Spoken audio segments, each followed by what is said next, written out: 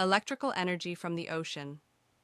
Solar energy reaching Earth is responsible for differential heating of the atmosphere and thus air circulation as wind.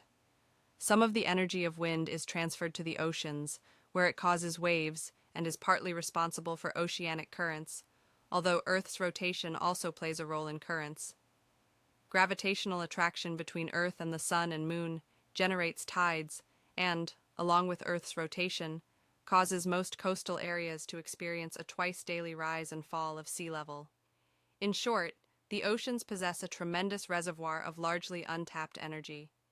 If we could effectively harness the energy possessed by the oceans, an almost limitless, largely non-polluting energy supply would be ensured. Unfortunately, ocean energy is diffuse, meaning that the amount of energy for a given volume of water is small and thus difficult to concentrate and use. Several ways of using ocean energy are being considered or are under development, and one is currently in use, although it accounts for only a tiny proportion of all energy production. Of the several sources of ocean energy, temperature differences with depth, currents, waves, and tides, only the last shows much promise for the near future.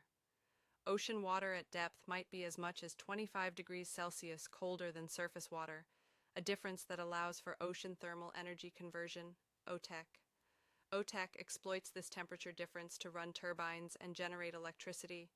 The amount of energy available is enormous, but a number of practical problems must be solved before it can be used. For one thing, any potential site must be close to land and also have a sufficiently rapid change with depth to result in the required temperature difference. Furthermore, enormous quantities of warm and cold seawater would have to circulate through an electrical generating plant, thus requiring that large surface areas be devoted to this purpose. The concept of OTEC is more than a century old, but despite several decades of research, no commercial OTEC plants are operating or even under construction, although small experimental ones have been tested in Hawaii and Japan. Wind-generated ocean currents, such as the Gulf Stream, which flows along the east coast of North America, also possess energy that might be tapped to generate electricity.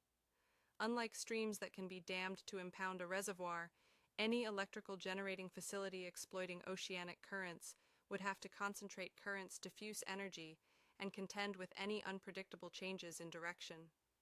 In addition, whereas hydroelectric generating plants on land depend on the rapid movement of water from a higher elevation to the turbines, the energy of ocean currents comes from their flow velocity, which is at most a few kilometers per hour.